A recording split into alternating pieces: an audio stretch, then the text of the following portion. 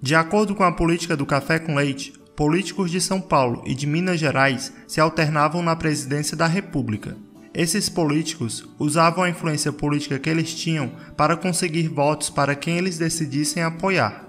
Nas eleições de 1930, no entanto, Washington Luiz, o presidente do Brasil naquele momento, era do Rio de Janeiro, mas havia feito toda a sua carreira política em São Paulo e, portanto, deveria apoiar um candidato mineiro.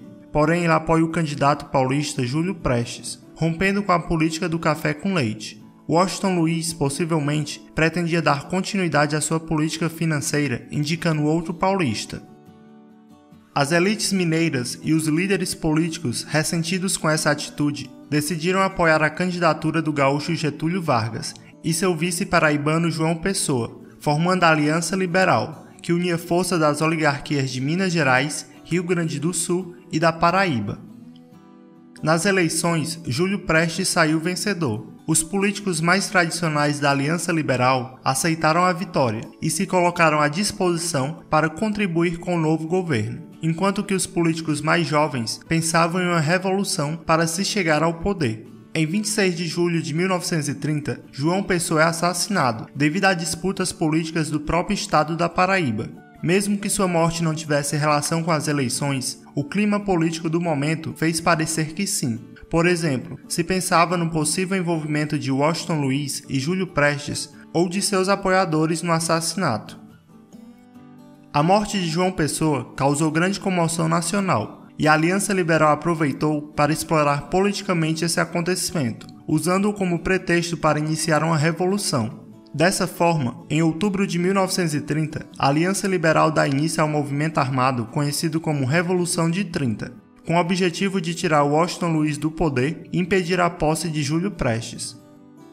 A revolução aconteceu em Minas Gerais, Rio Grande do Sul e Paraíba, e contou com o apoio militar do movimento tenentista, o qual era apoiado pelas camadas médias urbanas e trabalhadores que lutavam contra o domínio de grandes fazendeiros na política, ou seja, a política da velha oligarquia cafeeira. Após dias de combate, a Aliança Liberal consegue deter as tropas do governo federal. Washington Luiz é deposto e substituído por uma junta militar, que logo depois coloca Getúlio Vargas como presidente da República, e assim se inicia o governo provisório. Governo provisório. Ao chegar ao poder, Getúlio Vargas fechou o Congresso e as Assembleias Legislativas Municipais e Estaduais, até que fosse eleita uma Assembleia Constituinte, que ficaria responsável por elaborar uma nova Constituição para o Brasil. Vargas passou a assumir poderes do Executivo e do Legislativo, governando através de decretos-leis, centralizando o poder em torno de si. As medidas centralizadoras de Vargas serviram para intermediar os interesses de grupos distintos nas regiões. Uma medida importante tomada por Vargas foi a criação do Ministério do Trabalho. Através dele foi implementado o corporativismo, ou seja, o Estado mediaria as relações entre patrões e funcionários, através dos sindicatos, os quais seriam controlados pelo Estado. Importantes leis trabalhistas também foram implementadas, como a jornada de 8 horas diárias, férias remuneradas, salário mínimo e a regulamentação do trabalho infantil e feminino. No governo provisório, Vargas também substituiu os governadores por interventores, que eram em sua maioria membros do tenentismo e que tinham a confiança de Vargas. O interventor escolhido para São Paulo foi João Alberto, um militar do Rio de Janeiro. Essa escolha desagradou bastante a oligarquia paulista, que desejava um interventor civil e paulista. Vargas atendeu o pedido dos paulistas, escolhendo Laudo de Camargo como interventor, mas com pouca autonomia para governar, ele acabou renunciando. Para substituí-lo foi escolhido Manuel Rabelo, um militar do Rio de Janeiro. Após a Revolução de 30, uma parte dos membros do movimento tenentista partiu em apoio ao comunismo e outra parte em apoio ao fascismo, devido à pobreza teórica e à falta de uma ideologia bem definida dentro do movimento. A divisão do tenentismo em alas de esquerda e de direita e o fortalecimento do poder de Vargas fez com que o movimento praticamente desaparecesse. Devido à crise de 1929, as exportações do café haviam diminuído bastante. Vargas, sabendo da importância do café para a economia brasileira, decide que o governo iria comprar e estocar o café. Porém, a produção mundial de café também estava aumentando, pois outros países também começaram a produzir. A solução encontrada pelo governo foi de queimar os estoques de café. Dessa forma, a oferta era reduzida e sustentava os preços. Isso beneficiou a economia brasileira a curto prazo. O dinheiro das exportações de café era usado para comprar produtos industrializados de fora do país. Com a diminuição das exportações de café, devido ao momento de crise e ao aumento da produção mundial, reduziu-se também a compra de produtos industrializados. Diante desse cenário, teve-se a necessidade de incentivar a industrialização brasileira. Sendo assim, a indústria leve, que precisava de poucos investimentos, começou a ter um crescimento expressivo na década de 1930. Em São Paulo, o Partido Democrático havia apoiado a Revolução de 30, mas estava insatisfeito com o governo de Vargas devido aos interventores escolhidos para São Paulo. Sendo assim, após a nomeação de Manuel Rabelo, o Partido Democrático se alia com o Partido Republicano Paulista, formando a Frente Única Paulista, a qual reivindicava a autonomia para São Paulo, já que essa autonomia tinha sido perdida com a escolha de interventores militares e não paulistas. A Frente Única Paulista também exigia a reconstitucionalização do país, ou seja, a volta da democracia com a elaboração de uma Constituição. Cedendo às pressões, o governo aprova o Código Eleitoral, que trazia o voto secreto e obrigatório, a representação proporcional e o voto feminino. Foi criada a Justiça Eleitoral para combater fraudes e organizar as eleições, e por fim foram marcadas eleições para a Assembleia Nacional Constituinte, para maio de 1933. Vargas também nomeia o civil paulista Pedro de Toledo como interventor de São Paulo. Apesar dos progressos, houve manifestações e protestos em São Paulo, pedindo a reconstitucionalização imediata. Durante esses protestos, 4 jovens foram mortos, devido a conflitos entre manifestantes e apoiadores de Vargas. Os 4 jovens eram Martins, Miragaia, Drauzio e Camargo, dando início ao movimento MMDC, que tinha como objetivo tirar Getúlio Vargas do poder. E assim tem início a Revolução de 1932, ou Revolução Constitucionalista. Em São Paulo, houve grande campanha em prol do alistamento, conseguindo apoio popular para formar o Exército Constitucionalista. Muitos jovens de classe média se alistaram, e muitas mulheres doaram joias para cobrir as despesas da Revolução. O conflito entre São Paulo e as tropas do governo federal teve início em 9 de julho de 1932. Lutando praticamente só, São Paulo não conseguiu deter as tropas federais, já que elas estavam em maior número e em superioridade bélica. Ainda houve uma pequena ajuda do Mato Grosso, mas São Paulo também esperava a ajuda de Minas Gerais e do Rio Grande do Sul, que se mostraram simpatizantes à reconstitucionalização, mas não estavam dispostos a pegarem armas para derrubar um governo que eles mesmos tinham ajudado a colocar no poder. São Paulo se rendeu em 1º de outubro de 1932, pondo fim à Revolução. Depois do conflito, Getúlio percebeu que não poderia governar sem o apoio de São Paulo, devido à sua força econômica e política. Por isso tratou de manter uma boa relação com os paulistas. Um exemplo disso foi a redução das dívidas dos cafeicultores que foram afetados com a crise de 1929. Em maio de 1933, foram realizadas as eleições para a Assembleia Constituinte e em 1934 foi promulgada a nova Constituição, incorporando elementos já aprovados anteriormente e estabelecendo outros. Podemos dizer que as principais características da Constituição de 1934 foram o sufrágio universal, ou seja, o direito de todos os cidadãos participarem do processo eleitoral, e o ensino primário gratuito e obrigatório. Nessa Constituição, como medida transitória, o presidente seria eleito por voto indireto, ou seja, pela própria Assembleia. Dessa forma, Getúlio Vargas foi eleito para um mandato de 4 anos, sem direito à reeleição, dando início ao governo constitucional. Governo constitucional. No Brasil, sob a influência do cenário político internacional, muitos grupos começaram a simpatizar pelo fascismo, nazismo e comunismo, surgindo uma grande polarização política entre direita e esquerda.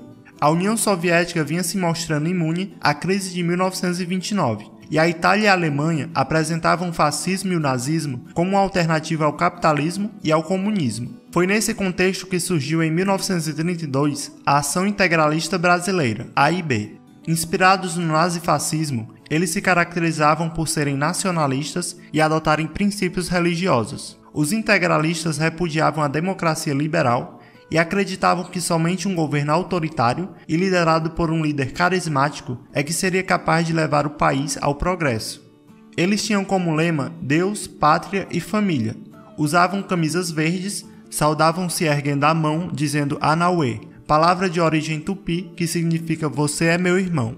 Utilizavam sigma como símbolo, que na matemática representa o somatório de valores, indicando que através da união dos indivíduos e da família se garantiria a integração da sociedade.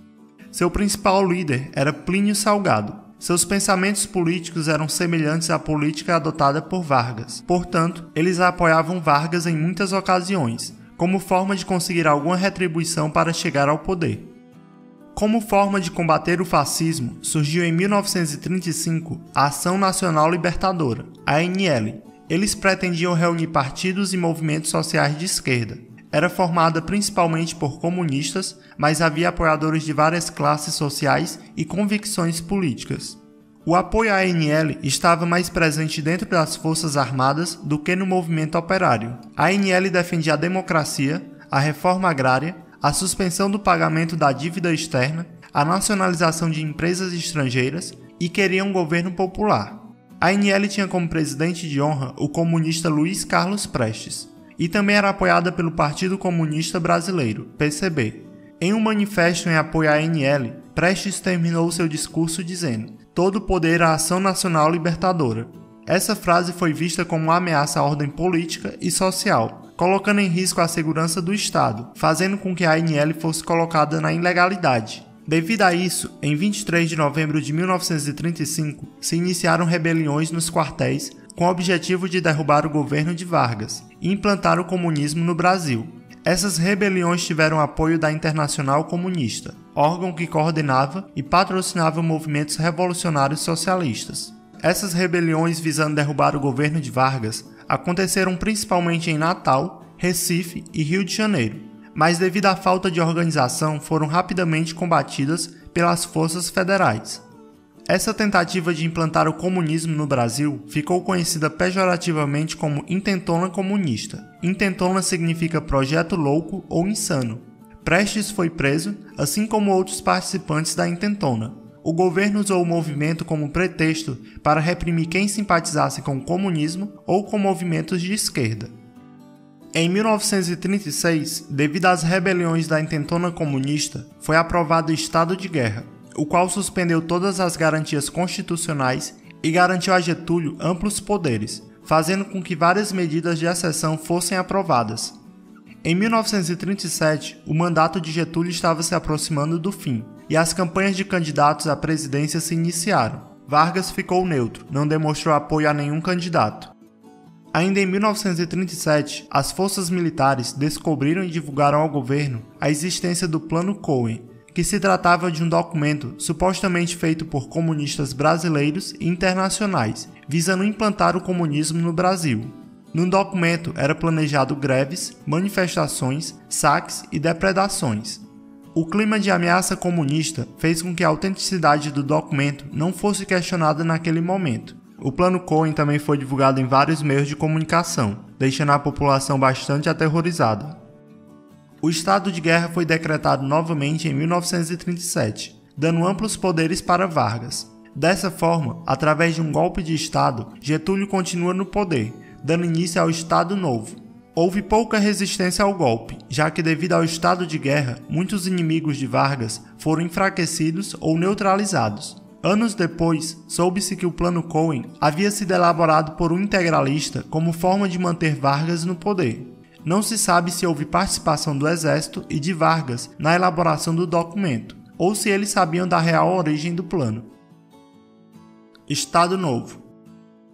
Com amplos poderes, Getúlio fecha o Congresso, extingue todos os partidos políticos e outorga uma nova Constituição, em 10 de novembro de 1937, a qual fica conhecida como Polaca, devido às suas semelhanças com a Constituição da Polônia. Ela era caracterizada pelo seu autoritarismo e por concentrar amplos poderes no Executivo. Também era presente na Constituição de 1937 a forte intervenção do Estado na economia, o corporativismo, a proibição de greves, a eliminação da autonomia dos estados e a pena de morte. Apesar das semelhanças com o fascismo, o Estado Novo não foi tão autoritário quanto o fascismo europeu e não possuía um plano ideológico bem definido. Vargas também não fazia parte de um partido político e não havia grande mobilização popular em prol dele. Os integralistas, que esperavam a retribuição de Vargas por seu apoio, acabaram se decepcionando, já que a Ação Integralista Brasileira, AIB, foi extinta devido ao decreto que acabava com todos os partidos políticos. Por conta disso, grupos de integralistas promoveram um ataque ao Palácio da Guanabara, em maio de 1938, mas foi facilmente reprimido devido à sua desorganização. Esse acontecimento ficou conhecido como Intentona Integralista, ou Levante Integralista. Após isso, o integralismo praticamente desapareceu. Em 1938, foi criado o Departamento Administrativo do Serviço Público, DASP, para realizar funções administrativas e melhorar a eficiência do serviço público. Em 1939, foi criado o Departamento de Imprensa e Propaganda, DIP, como forma de propagar as ideias do governo, exaltar a figura de Vargas e fazer a censura e o controle sobre diversos meios de comunicação. Em 1943, foi sancionada a Consolidação das Leis do Trabalho, a qual reuniu, unificou e sistematizou toda a legislação trabalhista já elaborada anteriormente, além de criar novos direitos e novas regulamentações trabalhistas. Vargas ficou conhecido como o pai dos pobres, devido a ele ter aprovado leis trabalhistas, medidas de assistência social e por ter buscado promover uma relação próxima com os cidadãos, principalmente os das classes populares. Além disso, o DIP promoveu, através da propaganda, o culto à personalidade de Vargas, exaltando-o como um líder carismático. Devido a essas circunstâncias, o governo de Vargas é tido como populista. Durante o Estado Novo, foi adotada uma política de forte intervenção do Estado na economia. Várias empresas estatais foram criadas como forma de diminuir a dependência do Brasil com empresas estrangeiras, consequentemente com capital estrangeiro. Algumas dessas estatais foram Companhia Siderúrgica Nacional, no setor da siderurgia, em 1940, Companhia Vale do Rio Doce, no setor da mineração, em 1942, Fábrica Nacional de Motores, no setor de mecânica pesada, em 1943, Fábrica Nacional de Álcalis, no setor químico, em 1943, e a Companhia Hidrelétrica do Vale do São Francisco, no setor da hidroeletricidade, em 1945. Durante a Segunda Guerra Mundial, o Brasil se mostrou neutro, embora muitos integrantes do governo simpatizassem com os países do eixo, Alemanha, Itália e Japão. No início da guerra, os Estados Unidos esperavam que o Brasil entrasse na guerra ao lado dos aliados, já que a região do Nordeste era um ponto estratégico de operações militares que seria útil na guerra. Através de acordos com o Brasil, os Estados Unidos prometeram equipar, modernizar e treinar as forças brasileiras, e também financiar a construção da Companhia Siderúrgica Nacional, para poder fornecer aços para os aliados, além de outros incentivos econômicos e comerciais. Em 1942, navios mercantes brasileiros foram afundados por submarinos alemães. Esse acontecimento fez com que os brasileiros se manifestassem a favor da entrada do Brasil na guerra. Em agosto de 1942, sob a pressão de grandes manifestações populares, o Brasil declara guerra à Alemanha. Em 1943, é criada a Força Expedicionária Brasileira, FEB, para lutar na Europa. Em 1944, mais de 20 mil brasileiros lutaram na Itália, conseguindo realizar as principais missões que lhes foram designadas. Esses soldados ficaram conhecidos como os pracinhas. Durante a guerra, 454 brasileiros morreram em combate. A entrada do Brasil na Segunda Guerra Mundial evidenciou uma incoerência. Soldados brasileiros foram lutar contra regimes autoritários na Europa, enquanto que no Brasil se mantinha o regime autoritário de Vargas. Percebendo essa incoerência, ainda durante a guerra, foi divulgado o Manifesto dos Mineiros, um documento feito por intelectuais que pedia o fim da ditadura e a redemocratização do país. Getúlio sabia que não poderia manter o autoritarismo do Estado Novo, então ele decide dar início ao processo de redemocratização, como forma de ganhar apoio e melhorar sua imagem, para tentar se sair como herói. Dessa forma, Vargas, tentando atender às reivindicações da população, marcou eleições gerais para 2 de dezembro de 1945 e permitiu a criação de novos partidos políticos. Nas eleições de 1945, os principais partidos e seus representantes foram Eduardo Gomes, pela União Democrática Nacional, UDN, fazendo oposição a Vargas, Eurico Gaspar Dutra, pelo Partido Social Democrata, PSD, o qual possui o apoio de muitos políticos ligados ao regime de Vargas, e Edo Fiuza, pelo Partido Comunista Brasileiro, PCB, e o Partido Trabalhista Brasileiro, PTB, que estava ligado aos sindicatos criados por Vargas. O PTB não lançou o candidato, mas apoiou o PSD. Vargas, como não podia se reeleger, se candidatou aos cargos de senador e de deputado.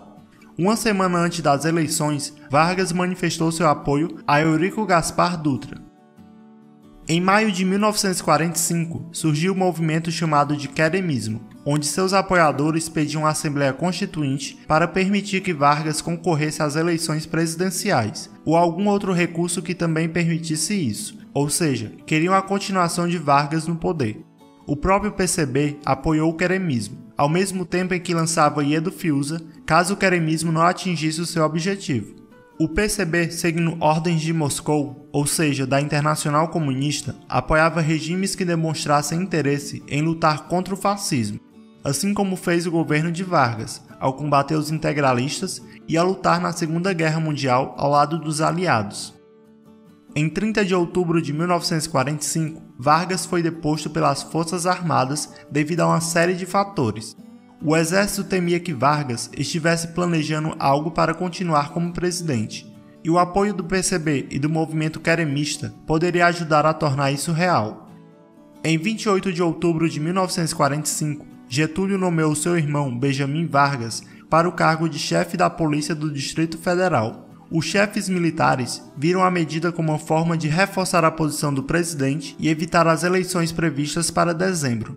Além do mais, surgiram boatos de que Benjamin, agora chefe de polícia, iria mandar prender os generais contrários ao regime de Vargas. Devido a esses fatores, os militares intimaram Getúlio a renunciar em 30 de outubro de 1945. Em 2 de dezembro de 1945, as eleições ocorreram normalmente, saindo vitorioso Eurico Gaspar Dutra, e assim termina a era Vargas.